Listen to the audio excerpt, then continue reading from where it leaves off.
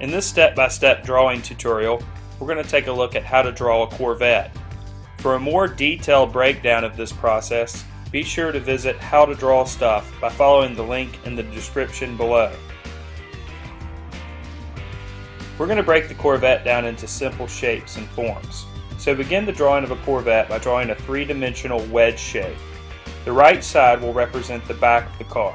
The Corvette slopes a bit from the back to the front.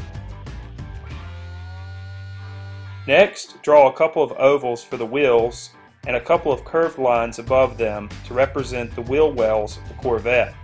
Create a couple of soft curves for the hood of the car. Draw two diagonal lines to represent the windshield and a couple of more lines for the back end of the cabin. Now begin to draw some of the details of the Corvette.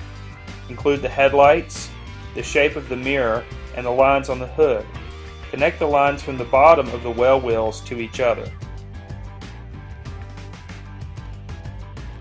Now you have drawn enough of the structure of the Corvette to finish the drawing by adding shading and the rest of the details.